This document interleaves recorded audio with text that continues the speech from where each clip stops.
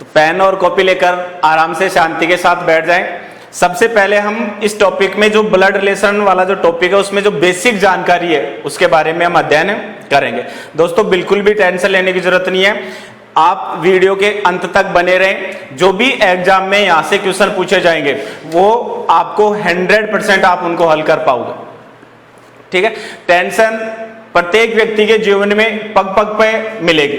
अच्छे खासे मूड में आप सुबह अखबार लेके बैठ जाओ, जैसे अखबार पढ़ते हो उसमें राशिफल पढ़ते हो तो एक अविवाहित व्यक्ति अगर अपनी राशिफल पढ़ता है तो उसमें भी लिखा होता है कि संतान की प्राप्ति होगी। ठीक है, अगर कोई विवाहित व्यक्ति है तो वो अपने राशिफल देखता है तो उसमें लिखा होता है कि दोस्तों के सहयोग से काम बन जाएगा। तो टेंशन तो पल पल पे बिखरी हुई है। टॉपिक है अपना ब्लड रिलेशन। देखो, जब भी ब्लड रिलेशन के क्वेश्चन हम हल करेंगे तो यहाँ पे इनका जो अध्ययन है वो पीढ़ियों दर पीढ़ियों के अकॉर्डिंग करेंगे। मतलब जब तक हमें पीढ़ियों के बारे में जानकारी नहीं होगी कि कौन सी पीढ़ी में कौन से व्यक्ति आते हैं तब तक हम क्वेश्चनों को हल नहीं कर सकते, क्योंकि आरेख के माध्यम से अगर आप इन क्वेश्चनों को हल करोगे तो ये इजी वे में हल हो जाएंगे। तो सबसे पहले हम बात करते हैं पीढ़ियों की। अगर हम पीढ़ियों की बात करें तो एक व्यक्ति अपने जीवन काल में 7 पीढ़ियों की जानकारी रखता है। कितनी पीढ़ियों की जानकारी रखता है? 7 पीढ़ियों की जानकारी रखता है। वे 7 पीढ़ियां कौन कौन सी और कौन कौन सी पीढ़ियों की जानकारी रखता है, इसकी चर्चा हम यहाँ पे करेंगे।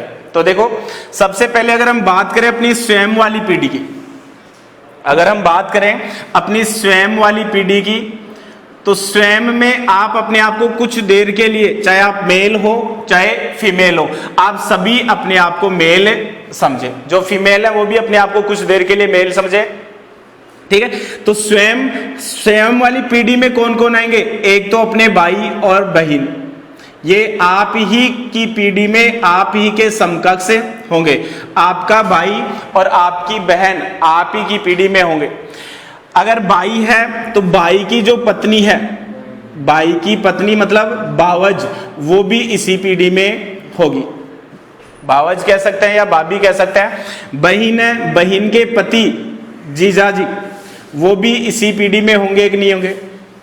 आपके भाई बहन, भाई की पत्नी भावज और बहन का पति जीजा, ये आप ही की पीढ़ी में होंगे। तो ये हो गई आपकी प्रथम पीढ़ी।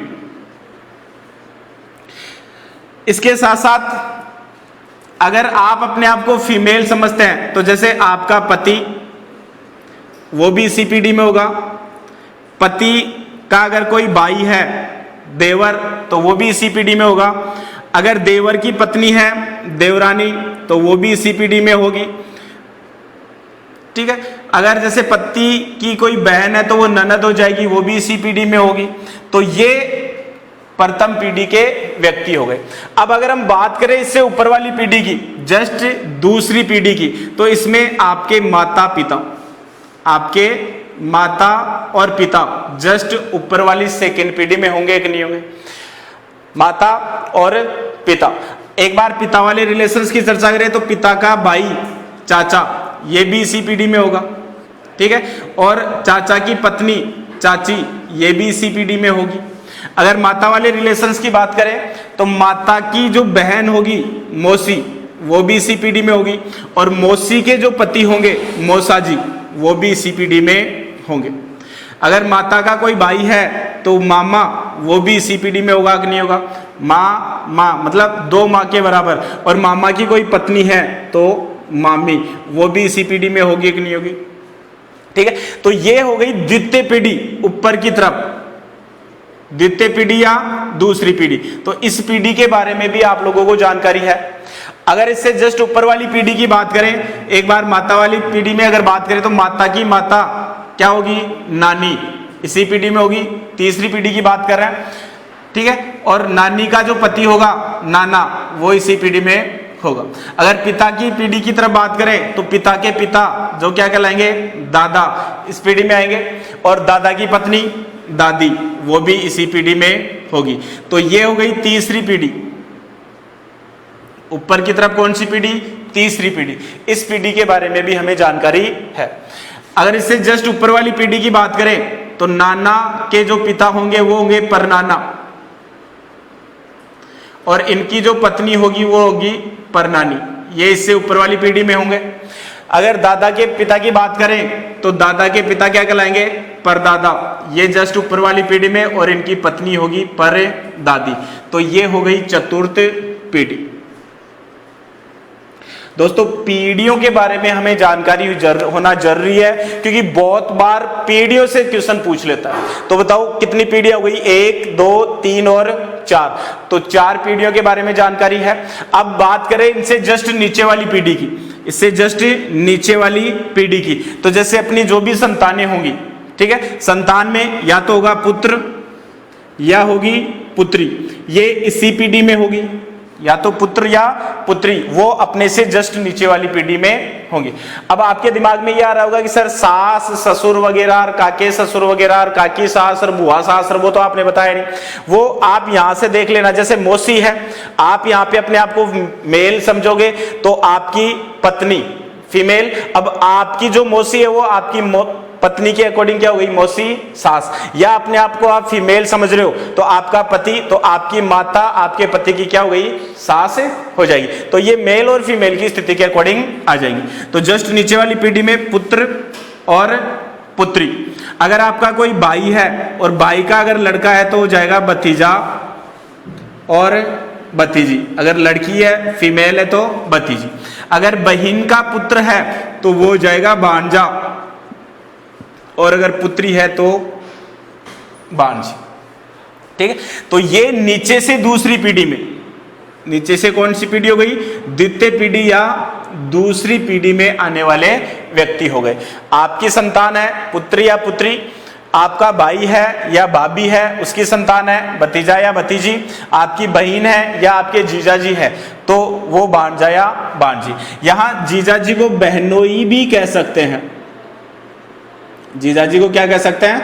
बहनोई भी कह सकते हैं। हालांकि क्षेत्र विशेष के अकॉर्डिंग ये मतलब अलग अलग जगहों पे अलग अलग रिलेशंस के रूप में भी पुकारे जा सकते हैं, लेकिन हमें केवल ध्यान रखना है हिंदी भाषा का।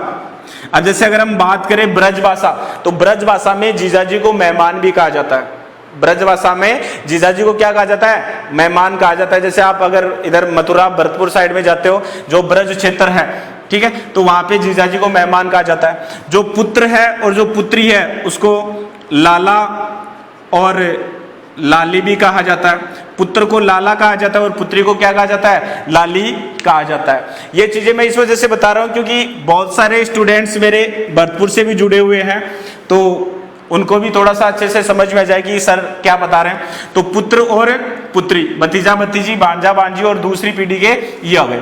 अगर इससे जस्ट नीचे वाली पीढ़ी की बात करें तो देखो पुत्र, और पुत्र का जो पुत्र होगा वो क्या होगा? पोता। पोता शब्द भी हो सकता है और पौत्री शब्द भी हो सकती है। और अगर कोई पुत्री है तो पुत्री का जो पुत्र होगा वो क्या होगा? दोहिता। क्या होगा? दोहिता कह सकते हैं या इसे नवासा भी कह सकते हैं। दोनों शब्द मिल सकते हैं, दोहिता भी मिल सकता है और नवासा भी मिल सकता है। पोता, पोती, दोहिता और दोहिती। अगर फीमेल है तो वो क्या होगा? दोहिती या नवासी। तो यहां पे पोता हो गया, पोत्री हो गई, दोहिता हो गया, नवासा हो गया या नवासी हो गई। ये कौन सी पीढ़ी में आएंगे? ये नीचे वाली तीसरी पीढ़ी के व्यक्ति हो गए। अगर इससे जस्ट नीचे वाली पीढ़ी की बात करें, अगर पोता है तो पोता का जो पुत्र होगा वो क्या होगा? परपोता। और पुत्री होगी तो वो होगी परपोती। अगर दोहिता है तो दोहिता का पुत्र होगा परदोहिता भी कह सकते हैं या परपोता में भी चला जाएगा, पर दोहिता या परदोहित। तो ये हो गई चौथी पीढ़ी के सदस्य। तो देखो, एक तो आप वाली प्रथम पीढ़ी, इससे जस्ट 3 ऊपर वाली पीढ़ी और 3 नीचे वाली पीढ़ियां। अपने जीवन काल में प्रत्येक व्यक्ति इन 7 पीढ़ियों के बारे में जानकारी रखता है। ठीक है, आप स्वयं से अब जस्ट ऊपर वाली जो भी 4 पीढ़ियां हैं उनके बारे में जानकारी है। ये जो बाद वाली 4 पीढ़ियां हैं इनके बारे में जानकारी या तो होगी, और अगर यह नहीं है तो आगे आने वाले समय में हो जाएगी। मैं प्रॉपर जीवन काल की बात कर रहा हूं। अब यहां पे थोड़ा सा इनका अंग्रेजी वर्जन भी देख लेते हैं, क्योंकि आजकल जो एग्जाम में क्वेश्चन आने लगे हैं वो हिंदी रिलेशन न देके अंग्रेजी वर्जन डाल देता है। यहां पे जैसे भाई न बोलकर वो ब्रदर डाल देता है, पिता न बोलकर फादर डाल देता है, सिस्टर वगैरह इस प्रकार से, तो आंटी वगैरह इस प्रकार से, तो अंग्रेजी वर्जन डालता है। तो बहुत सौ शब्दों के इंग्लिश वर्ड आपको आ रहे होंगे, कुछ के मैं देख लेते हैं। देखो, स्वयं को छोड़ो, पति, पति के लिए क्या होगा? हस्बैंड, ठीक है। देवर के लिए क्या होगा? Brother in law. देवरानी के लिए क्या होगा? सिस्टर इन लॉ, ठीक है। भाई के लिए क्या हो जाएगा? ब्रदर, सबको पता है। बहन के लिए सिस्टर, बावज के लिए क्या हो जाएगा? Sister in law. जीजाजी के लिए क्या होगा? Brother in law. तो ये तो गए प्रथम पीढ़ी में। एक प्रथम पीढ़ी में आपके जो भी चचेरे, ममेरे या फुफेरे, अगर चचेरे, ममेरे और फुफेरे भाई बहन हैं तो वो भी इसी पीढ़ी में होंगे। और इनके लिए अंग्रेजी में शब्द काम में लिया जाता है कजिन। कजिन में आपके चचेरे, फुफेरे, ममेरे सारे भाई बहन आ जाते हैं। तो ये तो गई प्रथम पीढ़ी। माता के लिए मदर, सबको पता है। पिता के लिए फादर, चाचा के लिए क्या हो जाएगा? आंट, अंकल, और चाची के लिए क्या हो जाएगा? आंटी। चाची के लिए आंटी। इधर मौसी के लिए भी क्या होगा? आंटी। मौसा जी के लिए भी क्या होगा? अंकल। मामा के लिए या तो मैटरनल अंकल आ जाएगा या केवल अंकल भी आ सकता है। मैटरनल मतलब मातृत्व वंश वाले। देखो, मैटरनल का अर्थ होता है मातृत्व वंश, और एक शब्द और मिलेगा आपको, वो होगा पैटर्नल। पैटर्नल का मतलब होता है पितृत्व वंश वाले, मतलब पिता के वंश के। तो यहां पे मैटरनल अंकल और मामी के लिए आ जाएगा मैटरनल आंटी, ठीक है। इधर पिता के लिए हो गया। नाना के लिए क्या हो जाएगा? Maternal grand father. नानी के लिए क्या हो जाएगा? Maternal grand mother. दादाजी के लिए ग्रैंड फादर, दादी जी के लिए ग्रैंड मदर। अगर परनाना है, देखो नाना का भी पिता, मतलब नाना का पिता क्या होगा? परनाना। तो यहाँ पे एक शब्द लग रहा है एक्स्ट्रा पर, तो यहाँ नाना की क्या थी? Maternal grandfather.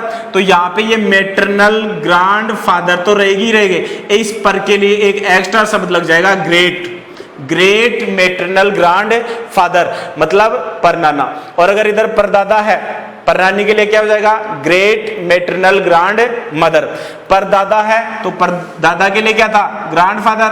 तो यहां पे लग जाएगा ग्रेट ग्रैंड फादर। और परदादी के लिए क्या हो जाएगा? Great grand mother.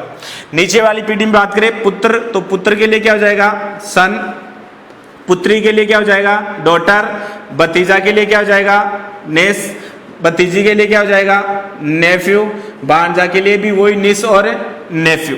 पोता है तो वो जाएगा ग्रैंड सन, ठीक है। Grand son. और पोते के लिए ग्रैंड डॉटर। दोहिता है तो वही ग्रैंड सन, ग्रैंड डॉटर। पर पोता के लिए वही एक ग्रेट शब्द एक्स्ट्रा लग जाएगा, तो ग्रेट ग्रैंड सन। और परपोते के लिए आ जाएगा ग्रेट ग्रैंड डॉटर। परदोहिता के लिए वही ग्रेट ग्रैंड सन, और परदोहिती के लिए भी ग्रेट ग्रैंड डॉटर। तो ये था पीढ़ियों के बारे में जानकारी। जब तक आप लोगों को इन पीढ़ियों के बारे में जानकारी नहीं होगी, तब तक आप जब हम आगे क्वेश्चन सॉल्व करेंगे तो वहां आरेख नहीं बना पाओगे। और जैसे ही अगर पीढ़ियों के बारे में जानकारी हो गई, आप आराम से इजी वे में आरेख बना लोगे। और आरेख बनने के बाद में जो दो व्यक्तियों के बीच में संबंधों की चर्चा कर रहा है, या जो संबंध दो व्यक्तियों के बीच में पूछा गया, उसको आप इजी वे में बता सकते हो, ठीक है। अभी आगे और बढ़ते हैं हम और बात करते हैं ब्लड रिलेशन क्वेश्चन हल करने से पहले जो शब्दावली काम में ली जाती है, या जो इंपॉर्टेंट महत्वपूर्ण जो तथ्य हैं जिनके बारे में हमें जानकारी होना जरूरी है, उन चीजों की। ब्लड रिलेशन के क्वेश्चन हल करने से संबंधित जो जानकारी है, उसमें सबसे पहले स्थिति आती है आपकी कि जब भी आप ब्लड रिलेशन के क्वेश्चन हल करें तो उनको आरेख के माध्यम से हल करें।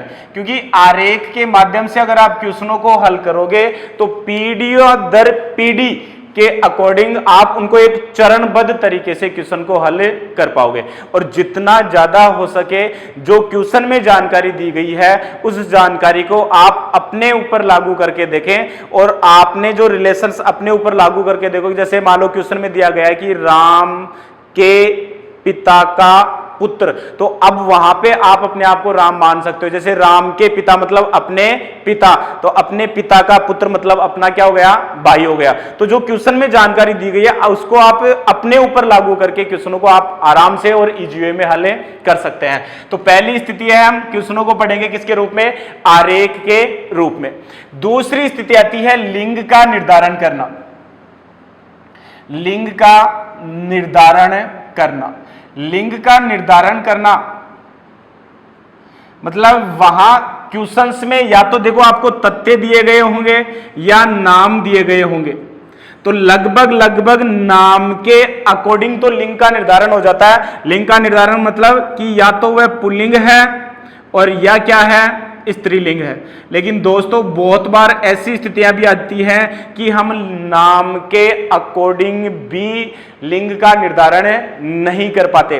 कैसे नहीं कर पाते, जैसे भारतीय नामों में मैं कुछ 2-4 नाम बता रहा हूं उदाहरण के रूप में। जैसे हम लेते हैं विनोद, क्या आप मुझे बता सकते हो कि विनोद लड़का है या लड़की?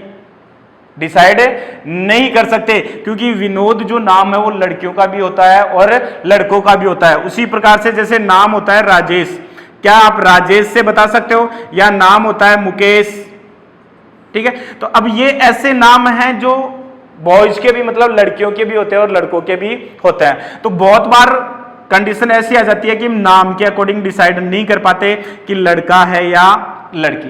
हालांकि वैसे नामों में कुछ नहीं रखा होता है, क्योंकि नाम तो ऐसे ऐसे होते हैं, शेर सिंह, और जानकारी जब उसके बारे में पता चलती है तो पता चलता है चूहे को देख के ही डर गया। नाम तो होता है शांति देवी, जबकि पता चलता है कि मोहल्ले में सबसे झगड़ालू औरत ही वही है, ठीक है।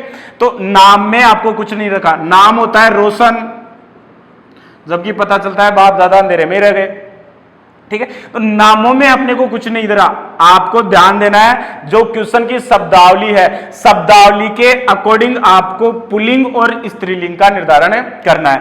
पुल्लिंग को आप प्लस या धनात्मक चिन्ह के रूप में प्रदर्शित कर सकते हैं और स्त्रीलिंग को आप ऋणात्मक रूप में प्रदर्शित कर सकते हैं, क्योंकि फिर अगर आप प्लस और माइनस में डिसाइड कर लोगे तो बार बार आपको क्वेश्चन की लैंग्वेज नहीं पढ़नी पड़ेगी। तो दूसरी स्थिति है आपकी लिंग का निर्धारण करना। ध्यान दें, हालांकि आप नाम के आधार पर लिंग का निर्धारण कर सकते हो, लेकिन बहुत सी स्थितियां ऐसी आ जाती हैं जब हम निर्धारण नहीं कर पाते, तो ऐसी स्थिति में हमें क्वेश्चन की जो शब्दावली है उसके अकॉर्डिंग लिंग का निर्धारण करना होगा। और अगर तथ्य पर आधारित कोई स्थितियां हैं तो वहां पे तो हम डिसाइड नहीं कर सकते। तथ्य मतलब जैसे ए बी का बाई है, ए बी का क्या है, बाई है, तो यहां ए और बी से पता चल रहा है क्या कि पुल्लिंग और स्त्रीलिंग? नहीं चल रहा, लेकिन यहां पे पता चल रहा है ए है वो बी का क्या है, बाई, तो ए बाई तो होगा तो प्लस। अब यहां पे बी कौन, बी प्लस या माइनस, इसकी जानकारी नहीं है। तो विशेष तौर से तथ्यों वाली स्थिति में आपके सामने प्रॉब्लम होगी। तो दूसरी स्थिति लिंग का निर्धारण करते समय भी आपको ध्यान रखना होगा। तीसरी स्थिति अगर हम बात करें तो यहां पे क्वेश्चन में शब्द आता है व्यक्ति। जैसे अभी हमने चर्चा की थी कि तस्वीर वाले जो क्वेश्चन पूछे जाते हैं, वार्तालाप वाले क्वेश्चन पूछे जाते हैं, संकेत वाले क्वेश्चन पूछे जाते हैं। अब आपको इस प्रकार से दे दिया कि एक व्यक्ति की ओर इशारा करते हुए या एक व्यक्ति की तस्वीर की ओर इशारा करते हुए, और फिर आपसे पूछ ले कि बताओ वह व्यक्ति जो तस्वीर में है वो कौन है, मेल है या फीमेल? तो क्या व्यक्ति शब्द से पता चल रहा है मेल या फीमेल?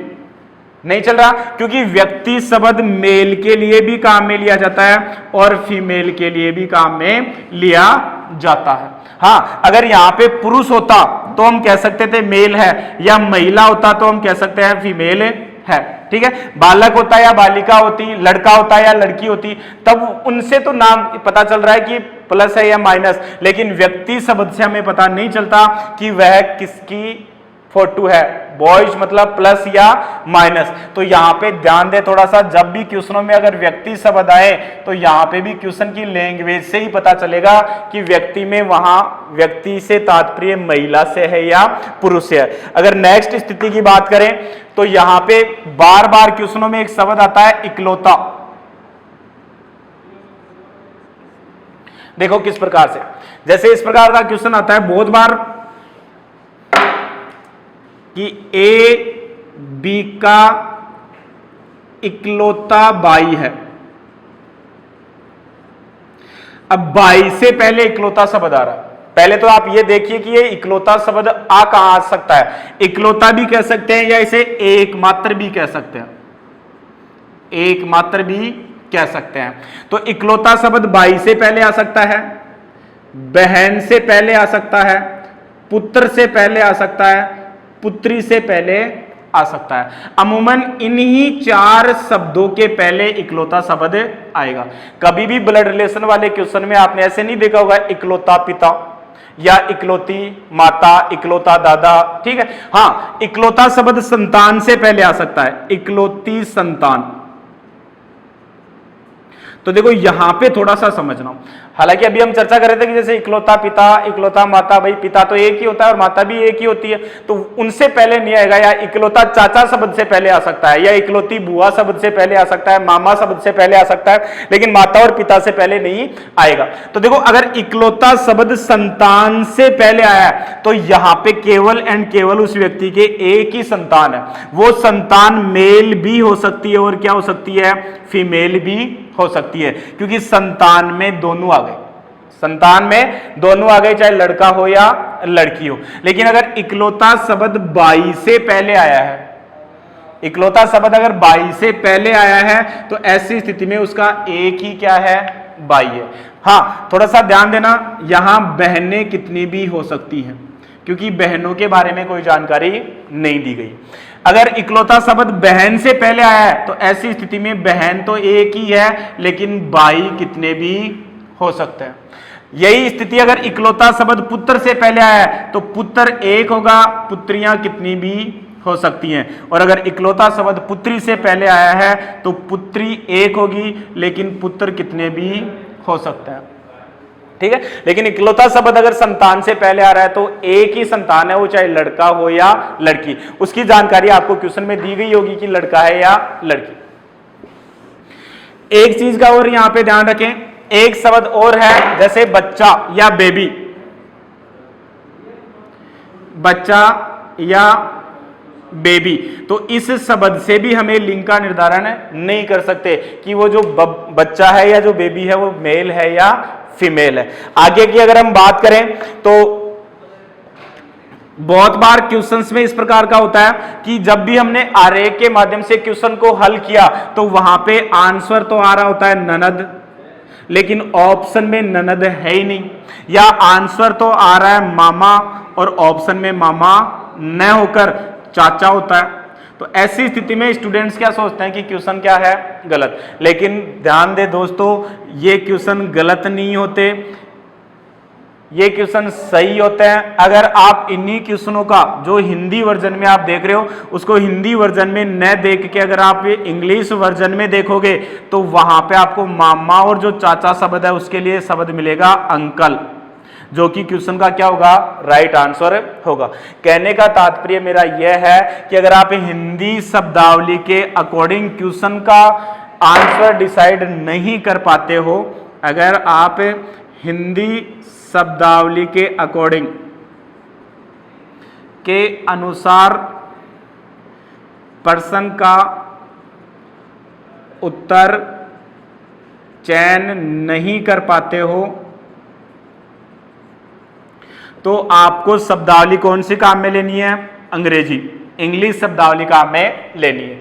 क्यों, देखो इधर देखो, थोड़ा सा बोर्ड पे देखना, शब्द है अंकल, इसके बहुत से अर्थ निकलते हैं। कौन कौन से निकलते हैं, जैसे अंकल का शाब्दिक अर्थ होता है चाचा, ताऊ भी हो सकता है, मामा भी हो सकता है, चाचा हो सकता है, ताऊ हो सकता है, मामा हो सकता है, या फूफा भी हो सकता है।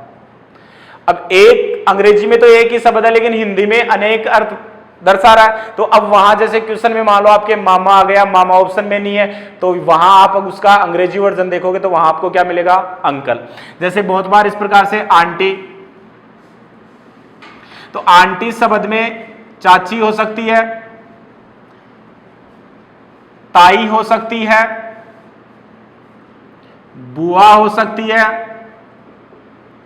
और मौसी भी हो सकती है। जैसे ब्रदर इन लॉ,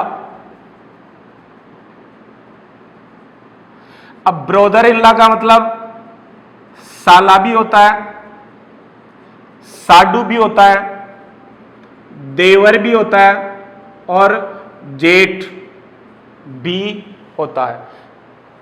ऐसे ही अगर हम बात करें सिस्टर इन लॉ, तो सिस्टर इन लॉ का जो शाब्दिक अर्थ है वो ननद भी होता है, बावज या बाबी भी होता है, साली भी होता है, स्लेज भी होता है। तो ध्यान दें, अगर आप हिंदी वर्जन के अकॉर्डिंग क्वेश्चन का आंसर डिसाइड नहीं कर पाते हो तो ऐसी स्थिति में आपको देखना है उसका अंग्रेजी वर्जन। नेक्स्ट स्थिति की अगर हम बात करें तस्वीर की, अगर तस्वीर की बात कर रहा है तो तस्वीर में अभी हमने बात की थी व्यक्ति शब्द की, तो वो तस्वीर उस व्यक्ति की खुद की भी हो सकती है या किसी अन्य पर्सन की भी हो सकती है। लास्ट और सबसे इंपॉर्टेंट बात, आंसर कैसे तय करना है आप लोगों को, क्योंकि यहां जो क्वेश्चन की जो लास्ट में जो शब्दावली देगा वो थोड़ी सी कंफ्यूज वाली देगा। इस प्रकार से देता है जैसे ए बी का बाई है, एक स्थिति तो इस प्रकार से देता है। नेक्स्ट स्थिति ए का बाई बी है। अब देखो जब भी आप इन स्थितियों को पढ़ोगे तो आपको ऐसे लगेगा सेम से ही है, ए बी का बाई है और यहां पे लिखा हुआ है ए का बाई कौन है, बी है। अब यहां देखो बता सकते हो आप कि बाई कौन है और किसका बाई है, तो देखो यहां पे ए बी का बाई है, मतलब यहां ए है, बाई किसका, बी का, तो ए तो गया प्लस और बी का पता नहीं, बी प्लस भी हो सकता है या माइनस भी हो सकती है, क्योंकि ये इसका बाई भी हो सकती है और बहन भी हो सकती है, क्योंकि बी के लिंक की जानकारी नहीं है। यहां इसी स्थिति को देखो, ए का बाई कौन है, बी, मतलब यहां ए का बाई कौन है, बी, तो यहां पे बी प्लस होगा, ए के बारे में जानकारी अधूरी है, ये प्लस भी हो सकता है और माइनस भी हो सकता है। सेम सी शब्दावली थी, ठीक है, लेकिन यहां देखो का जो है वो बी के आगे लगा हुआ है, यहां का ए के आगे लगा हुआ है, तो इस लैंग्वेज को भी आप अच्छे से समझे। नेक्स्ट स्थिति की अगर हम चर्चा करें तो आपस में जो संबंध पूछा जाता है वो दो व्यक्तियों का जिक्र या दो व्यक्तियों की जानकारी देकर पूछता है। जैसे राम श्याम का पुत्र है, यह जानकारी दे दी कि राम श्याम का पुत्र है। अब यहां पे आपको क्वेश्चन इस प्रकार से पूछ सकता है कि राम का श्याम से क्या संबंध है। इसी क्वेश्चन को वो ऐसे भी पूछ सकता है, राम श्याम से किस प्रकार संबंधित है। इसी क्वेश्चन को वो ऐसे भी पूछ सकता है कि श्याम का राम से क्या संबंध है, और इसी क्वेश्चन को पूछ सकता है वो राम व श्याम का आपस में क्या संबंध है। राम व श्याम का आपस में क्या संबंध है। देखो एक छोटी सी जानकारी देकर आपसे 4 क्वेश्चन पूछ सकता है और चारों क्वेश्चन के आंसर क्या होंगे, अलग अलग होंगे। बात करें राम श्याम का क्या है, पुत्र, तो पुत्र है तो श्याम ऊपर वाली पीढ़ी में आएगा, तो ऊपर वाली पीढ़ी में श्याम, और श्याम का पुत्र कौन हो गया, राम, तो राम तो है श्याम का पुत्र और श्याम इसका कौन होगा, पिता होगा। श्याम कौन होगा? पिता होगा, नाम से डिसाइड हो रहा है। तो दोनों के बीच में अगर आपस में संबंध की बात करें तो राम व श्याम का आपस में संबंध तो क्या है? पुत्र पिता का, पुत्र व पिता का आपस में संबंध है। अब यहां पे भी थोड़ा सा ध्यान देना, ऑप्शन में पुत्र पिता भी होगा और पिता पुत्र भी होगा, दोनों स्थितियां होगी, क्योंकि एग्जामिनर स्टूडेंट जहां पे सोचना बंद करता है वहां से सोचना स्टार्ट करता है। ठीक है, एग्जामिनर कभी ये नहीं चाहेगा कि आपकी नौकरी लगे। एग्जामिनर क्वेश्चन ऐसे डालेगा कि वो कैसे भी आपको नौकरी लगने से रोक सके, तो वो कंफ्यूज करेगा तो आप लोगों को कंफ्यूज नहीं होना है। ध्यान दें, यहां पहले राम शब्द आ रहा है तो राम पुत्र है, तो पहले क्या आएगा? पुत्र, न कि पिता। तो यहां पुत्र पिता का संबंध होगा, न कि पिता पुत्र का संबंध होगा। राम श्याम से किस प्रकार संबंधित है? अब यहां पूछ रहा है राम किससे? श्याम से। तो राम श्याम से किस प्रकार से संबंधित है? पुत्र के रूप में संबंधित है। तो यहां आंसर क्या होगा? पुत्र। यहां राम का शब्द किसके आगे लगा हुआ है? राम के आगे। तो यहां राम का श्याम से क्या संबंध होगा? तो यहां पे भी क्या होगा? पुत्र होगा। यहां श्याम का शब्द किसके आगे लगा है? श्याम का। तो यहां पे आंसर श्याम वाला बताना है, तो ये आंसर होगा किसका? इसका आंसर क्या होगा? पिता। ठीक है, नेक्स्ट स्थिति की बात करें तो नेक्स्ट स्थिति में हम एक शब्द ले रहे हैं प्रॉपर, जो या जो की या जिससे या जिसका, मतलब और, किंतु, परंतु, अपितु, लेकिन, तथा। देखो कुछ शब्दावली है जैसे जो और जो की, जिसका या जिसकी। कहने का मतलब हम यूं कह सकते हैं कि लगभग जैसे स्टार्ट होने वाले। एक स्थिति आती है और, अपितु, किंतु, लेकिन, तथा, एंड, ये सब। जो की, जिसका, जिसकी। ठीक है, जैसे इस प्रकार से क्वेश्चन आता है, ए बी का पिता है, जो ए बी का पिता है, जो सी का बाई है, जो सी का बाई है। इसी स्थिति को ऐसे भी लिख सकता है, ए जो बी का बाई है, सी का पुत्र है। समझना अच्छे से, क्योंकि ये जो शब्दावली है वो ही क्वेश्चन का आंसर गलत करवाएगी। अच्छे से समझना, सेम सा लग रहा है, ए बी का पिता है, जो सी का बाई है। ए जो बी का बाई है, सी का पुत्र है। जो शब्द यहां पे भी आया है और जो शब्द यहां पे भी आया है। तो ध्यान देना दोस्तों, जब भी दो सेंटेंस को जोड़ने के लिए एक शब्द का काम में लिया जाता है, वो शब्द जो की, जिसका या जिसकी है, तो ऐसी स्थिति में देखो, ए बी, जो और सी, तो ये जो शब्द है इस सेंटेंस को और इस सेंटेंस को जोड़ने के लिए काम में लिया रहा है। तो जो सेकंड सेंटेंस है वो फर्स्ट सेंटेंस के सेकंड तत्ते के साथ जोड़ेगा जब शब्द होगा क्या? जो। तो यहां पे जो सी का बाई है, सी का बाई कौन है? बी। तो यहां ए बी का पिता है, तो ए पिता है, तो ऊपर वाली पीढ़ी में किसका पिता है? बी का। बी कौन? प्लस या माइनस, जानकारी अधूरी है, लेकिन ए क्या हो गया? पिता। जो सी का बाई है, तो जो कौन है? बी, क्योंकि सेकंड कौन सा है? तथ्य है बी, तो सी का बाई हो गया कौन? बी। अभी सी के बारे में जानकारी नहीं है कि सी प्लस है या माइनस। अगर इसी स्थिति को देखो, ए जो बी का बाई है, ए है बाई है किसका? बी का।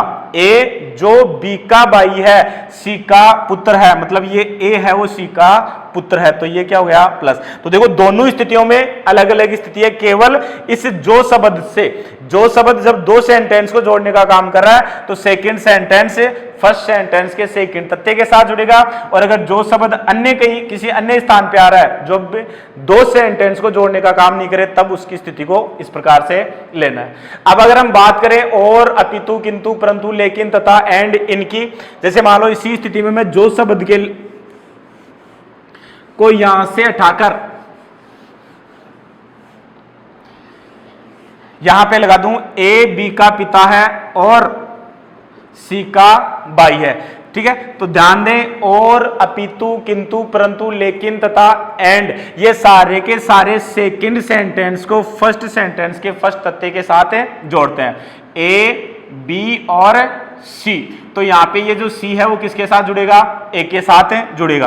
तो ए बी का पिता है, ए पिता हो गया किसका, बी का, और सी का भाई है तो ये ए भाई होगा किसका, सी का।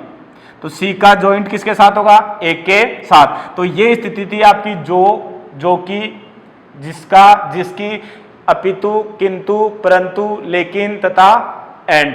तो जो से स्टार्ट होने वाली जो स्थितियां हैं वही सदैव फर्स्ट सेंटेंस के फर्स्ट तथ्य के साथ जुड़ती है। ये बहुत जो मैंने जानकारी आपको दी है ये बारंबार आपके क्वेश्चंस में काम में आएगी, ठीक है। तो आप इनको अच्छे से एक बार नहीं, दो बार नहीं, 3 बार, जब तक स्थितियां क्लियर नहीं होती तब तक आप वीडियो को पॉज कर करके आप आराम से इनको देख सकते हैं, समझ सकते हैं, पढ़ सकते हैं, लिख सकते हैं। अब हम चर्चा करते हैं क्वेश्चंस की, ठीक है। तो क्वेश्चंस में हमारी फर्स्ट टाइप है तथ्यों पर आधारित। चलते हैं हम क्वेश्चंस की ओर, और टाइप फर्स्ट है अपनी तथ्यों पर आधारित या नाम पर आधारित, ठीक है। क्वेश्चन देखो क्या किस प्रकार से आएंगे एग्जाम में। क्वेश्चन है ए बी का पुत्र है, बी और सी बहने हैं, ई सी की माता है, यदि डी ई का पुत्र है तो निम्नलिखित में से कौन सा कथन सही है। बी और डी भाई है, ई बी का भाई है, डी ए का ममेरा भाई है और डी ए का क्या है, मामा है। तो अभी हमने चर्चा की थी कि जब भी क्वेश्चन को हल करें पीढ़ी दर पीढ़ी या आरेख के अकॉर्डिंग हल करें। सबसे पहले जानकारी दी गई है ए बी का पुत्र है। अब पुत्र कौन है, ए, किसका, बी का। तो बी बताओ ऊपर वाली पीढ़ी में आएगा या आएगी या नहीं आएगी, ठीक है। और ए पुत्र है तो ए पुत्र हमेशा नीचे वाली पीढ़ी में आएगा, तो ए आ गया नीचे। अब पुत्र है तो ये क्या हो गया, प्लस। बताओ बी कौन।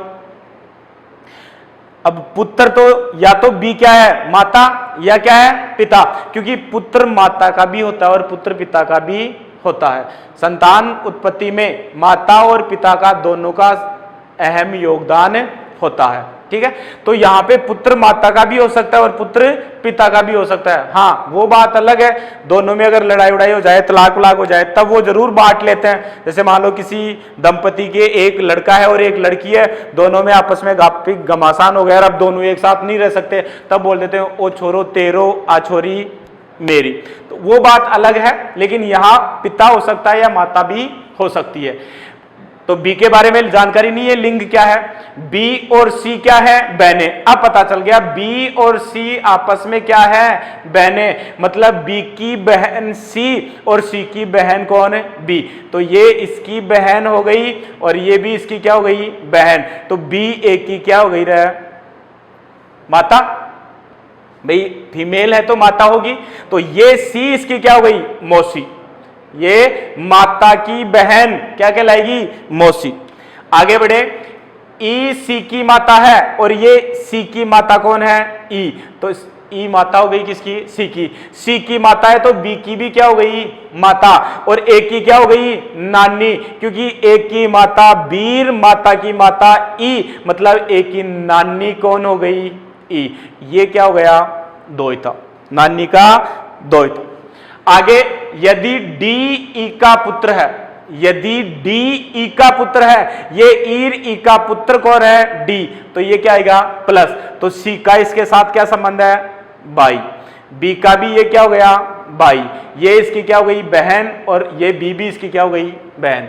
अब आपको पूछा है तो निम्नलिखित में से कौन सा कथन है सही है। आरेख बन गया, कथनों की जांच करते हैं। बी और डी भाई हैं, क्या बी और डी भाई हैं क्या, नहीं।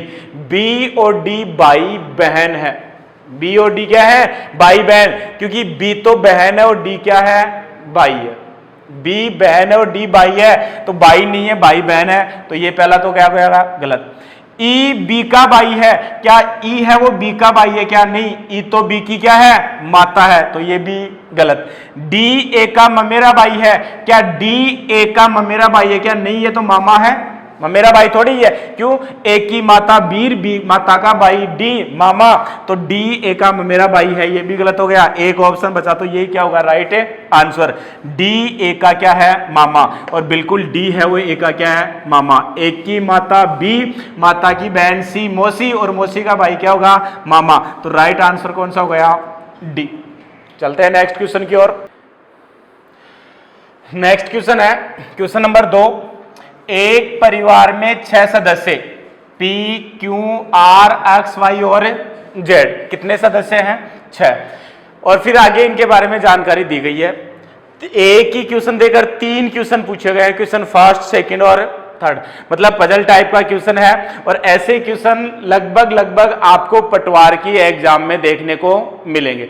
पटवार में नहीं, आप बैंक की एग्जाम दे लेना, वहां पे भी, एसएससी की एग्जाम वहां पे भी ये इसी प्रकार के क्वेश्चन पूछे जाते हैं। मतलब लगभग 2016 के बाद में जो भी ब्लड रिलेशन के क्वेश्चन पूछे गए हैं वो समूह में पूछे गए। तो देखो इनको किस प्रकार से हल करना है। आपको जानकारी दे रखा है कि एक परिवार में 6 सदस्य हैं, और सदस्य है P, Q, R, X, Y और Z। ये 6 सदस्य हैं। Q R का बेटा है, और इनमें से जो Q है वो R का क्या है बेटा, तो पुत्र है, तो पुत्र तो नीचे आएगा, ये Q प्लस हो गया, और R ऊपर वाली पीढ़ी में, तो R का बेटा Q हुआ कि नहीं हुआ, ठीक है। अब R कौन, R Q की माता भी हो सकती है और R Q का पिता भी हो सकता है। आगे तो Q आ गया, R आ गया, आगे बढ़े। Q R का बेटा है, लेकिन R Q की माता नहीं है, लेकिन R Q की माता नहीं है, भाई माता नहीं है तो कौन है पिता, क्यों? क्योंकि Q R का पुत्र है। अब पुत्र R का है तो R माता नहीं है, तो बचा क्या पिता। भाई पुत्र तो या तो माता का होगा या पिता का होगा। अगला साफ साफ मना कह रहा है कि माता नहीं है, तो R कौन हो गया पिता हो गया। मतलब ये भी प्लस और ये भी प्लस। P और R विवाहित जोड़ा है, P और R क्या है विवाहित जोड़ा। विवाहित जोड़ा मतलब दोनों पति पत्नी है, दंपति है, तो दंपति में R तो गया पति, तो P ऑटोमेटिक क्या हो गई पत्नी। देखो यहां पे जानकारी नहीं दे रखी है कि P कौन है, लेकिन पति पत्नी है, दंपति है, R प्लस है, तो ये P क्या हो गई माइनस, क्योंकि विवाह की जो रस्म है वो प्लस और माइनस मतलब एक महिला और पुरुष के बीच में होती है। यहां समलैंगिक विवाह से तात्पर्य नहीं है, तो यहां प्लस और माइनस, तो P भी आ गया। आगे बढ़े, P और R विवाहित जोड़ा है, Y R का भाई है, और ये Y है वो R का भाई है, तो यहां पे Y भी आ गया क्या प्लस, ये इसका भाई, तो ये भी इसका क्या हो गया भाई। ये P का Y क्या लगा देवर, और ये इसकी क्या लगी भाभी, ये इसका क्या हो गया भतीजा, और ये इसका क्या हो गया पुत्र, ये इसकी क्या हो गई माता, ठीक है, ये इसका क्या हो जाएगा चाचा। क्लियर यहां तक। आगे X P की पुत्री है, और X है वो P की पुत्री है, तो ये P की पुत्री कौन हो गई X, तो R की भी क्या हो गई पुत्री, Y की क्या हो गई भतीजी, Q की क्या हो गई बहन, और Q क्या हो गया भाई, क्योंकि P की पुत्री R की भी पुत्री। आगे बढ़े, और Z P का भाई है, और ये P का भाई कौन है Z, तो Z क्या हो गया प्लस, ठीक है। R का क्या हो गया साला, और ये इसका क्या हो गया जीजा। बताओ दी गई जानकारी के अकॉर्डिंग प्रत्येक 6 व्यक्तियों का रिलेशन हमने निकाला कि नहीं निकाला। अब आ जाओ क्वेश्चंस पे। अब अगर ये स्थिति आ गई, अब यहां तक टाइम लगा, ये 3 क्वेश्चन लास्ट 3 सेकंड में हल कर सकते हैं। और क्वेश्चन फर्स्ट है, निम्न में से R का साला कौन है, ये रहा R का साला कौन है Z, तो आंसर क्या हो जाएगा Z, तो ऑप्शन सी राइट। परिवार में महिला सदस्यों की संख्या, महिला मतलब फीमेल, प्लस प्लस प्लस और प्लस माइनस माइनस, तो एक तो फीमेल P और एक फीमेल X, तो फीमेल सदस्यों की संख्या 2, मतलब ऑप्शन राइट बी। निम्न में से कौन सा युग्म बाई बाई को दर्शाता है। बाई बाई कौन है भाई, बाई बाई Y और R, ये दोनों भाई भाई है कि नहीं है, ये भाई बहन ये भी भाई बहन, तो Y और R भाई भाई हो गए, तो option PX PZ QX R और Y, तो राइट आंसर कौन सा हो गया D हो गया। राइट आंसर कौन सा हो गया D। तो ये स्थिति थी अपनी तथ्यों पर आधारित। अब हम एक क्वेश्चन देख लेते हैं नाम पर आधारित। नेक्स्ट क्वेश्चन है अपना आज का लास्ट क्वेश्चन। राम राकेश का पिता है। राम है वो राकेश का पिता है। वेदवती राम की सास है, और जो वेदवती है वो क्या है? राम की सास। वेदवती की माता वसुंधरा है। वेदमती की माता कौन है? वसुंधरा है, जिसका पति कौन है? हरीश। राकेश का हरीश से क्या संबंध है, ये बताना है कि राकेश का हरीश से क्या संबंध है। तो देखो, राम राकेश का क्या है? पिता। राम पिता है तो राम ऊपर वाली पीढ़ी में आएगा कि नहीं आएगा? ये राम, और राम पिता है किसका? राकेश का, तो राकेश पुत्र हो गया, और ये हो गया इसका पिता। आगे, वेदवती राम की क्या है? सास। वेदवती है वो राम की सास, तो सास ऊपर वाली पीढ़ी में आएगी कि नहीं आएगी? अब राम की पत्नी और राम की पत्नी की माता, राम की पत्नी की माता राम की सास होगी कि नहीं होगी? भाई राम की सास कौन होगी? राम की जो पत्नी है, पत्नी की जो माता है वो राम की सास होगी। और वेदवती की माता वसुंधरा है। अब देखो यहां पे कह रहा है कि वेदवती राम की सास है, तो यहां पे ये वेदवती आ गई जो कि राम की पत्नी की क्या है? माता। और वेदमती की माता वसुंधरा है, तो वसुंधरा ऊपर वाली पीढ़ी में आएगी कि नहीं आएगी? वेदमती की माता क्या हो गई? वसुंधरा। और ये वसुंधरा का इससे क्या संबंध होगा? ये इसकी क्या हो गई? नानी, क्योंकि माँ और माँ की माँ क्या होगी? नानी। ये राम की क्या हो गई? नानेर सास। जिसका पति कौन है? हरीश। जिसका पति किसका? वसुंधरा। वसुंधरा का पति कौन है भाई? हरीश है, तो हरीश हो गया वसुंधरा का पति। ये हरीश वसुंधरा का पति हो गया। तो ये हरीश राम की पत्नी का क्या लगा? नाना। नाना लगा कि नहीं लगा? राम का क्या लगा? नाना सास, वो सॉरी नाना ससुर। और राम का जो पुत्र है राकेश, उसका क्या लगा? परनाना। ठीक है, और ये क्या हो गया? राकेश इसका परपोता, या परदोइता कह सकते हैं, या पर नवासा कह सकते हैं, पर दोइता। अब आपको पूछा था कि राकेश का हरीश से क्या संबंध है, यही पूछा था। तो यहां पे क्या राकेश हरीश का नाती है? राकेश हरीश का नाती थोड़ी है, परनाती या परदोइता है, तो इसलिए पहला तो ऑप्शन नहीं होगा। दूसरा है हरीश राकेश का परनाना है। क्या हरीश राकेश का परनाना है क्या? बिल्कुल, हरीश राकेश का क्या है? परनाना, क्योंकि राकेश के पिता कौन? राम। ठीक है, या राकेश की माता कौन? राम की पत्नी। और राम की पत्नी का नाना कौन? हरीश। तो राम की पत्नी का नाना राकेश का क्या लगा? परनाना। ठीक है, तो यहां पे हरीश है वो राकेश का क्या है? परनाना। तो राइट का आंसर कौन सा हो गया? बी। ठीक है दोस्तों, नेक्स्ट जो टाइप के जो क्वेश्चन बच गए अगले वीडियो में उनका हम अध्ययन करेंगे। तस्वीर पर आधारित, संकेत पर आधारित, वार्तालाप पर आधारित, परिचय पर आधारित, गणितीय सक्रियाओं पर आधारित, उन क्वेश्चनों को हम पढ़ेंगे नेक्स्ट वीडियो में। तो बने रहिए आप विनय क्लासेज श्री माधोपुर के यूट्यूब चैनल के साथ। हमारा जो पूरा टेक्निकल सिस्टम है वो हमेशा आपके लिए यही दुआ करता है कि आपका श्योर सिलेक्शन हो और अब की बार ही हो। ठीक है, जय हिंद, जय विनायक,